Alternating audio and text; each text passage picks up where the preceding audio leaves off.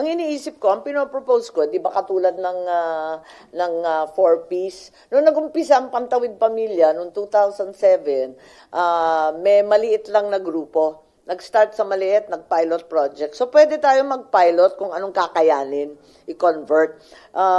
Kasi, kung tutuusin, kahit ibigay itong farmers minimum wage na 50% lang, 50% lang ng minimum wage, aabot lang ng 398 billion.